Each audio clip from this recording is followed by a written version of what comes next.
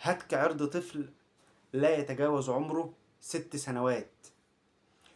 القصة دي طبعا انتشرت على السوشيال ميديا خلال الأيام اللي فاتت أو اليومين اللي فاتوا دول، والمواقع الإخبارية.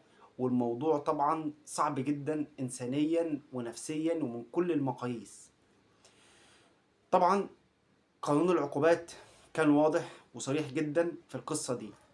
يمكن أقرب مادتين في قانون العقوبات تناولوا الموضوع ده المادة 267 والمادة 269. وطبعا المادة 267 اتكلمت عن هتك عرض الأنثى التي لم تتجاوز ال 18 سنة. وطبعا هتك عرض الأنثى في العموم يعاقب عليه بالسجن المؤبد أو الإعدام على حسب كل حالة على حدة. ده اللي تطرقت إليه المادة 267. طيب في الحالة بتاعتنا احنا المادة 269 قالت كل من هتك عرض صبي أو صبية، وهنا فرق بين حالتين: في حالة إن هو عنده 18 سنة أو أقل من 18 سنة، اللي هو يكون عنده 12 سنة. طبعا بالنسبة للواقعة اللي احنا فيها دي، يعني أنا من وجهة نظري شايف إن هو لو اتقطع حي أو اتعدم والله العظيم قليل عليه، علشان اللي عمله. والمشكلة إن هو كان بيستدرجه بمساعدة النينة اللي كانت بترعاه أو بتقوم على رعايته في المدرسة.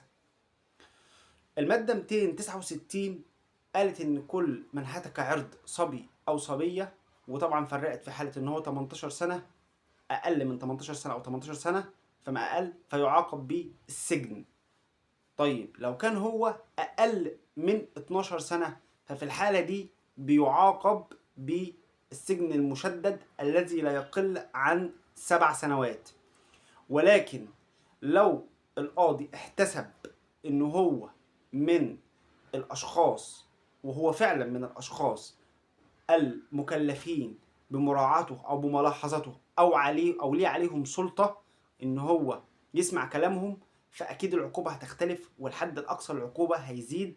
وده اللي نتمناه إن شاء الله بإذن الله من ربنا، وكلنا ثقة في القضاء العادل إن شاء الله بإذن الله إنه ياخد حكم رادع علشان يكون عبرة لغيره، لأن الموضوع أقسم بالله العظيم مؤذي نفسيا. يعني ربنا يكون في عون أهله.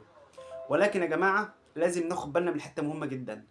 أي حد يا جماعة عنده أطفال صغيرين بيروحوا مدارس، أو حتى لو كانوا كبار يعرفوا يتكلموا أو يعرفوا يفسروا اللي بيحصل معاهم، يا ريت يا جماعة يسألوهم إيه اللي حصل معاهم النهاردة في المدرسة.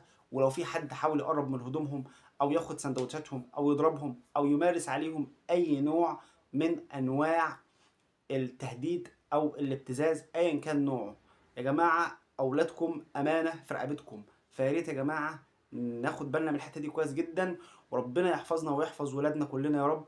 وإن شاء الله بإذن الله هياخد جزاؤه، لأن قضاء مصر دايما قضاء عادل، وإن شاء الله بإذن الله هياخد اللي يستحقه من القضاء. فولو لايك واستنوني في معلومة قانونية جديدة.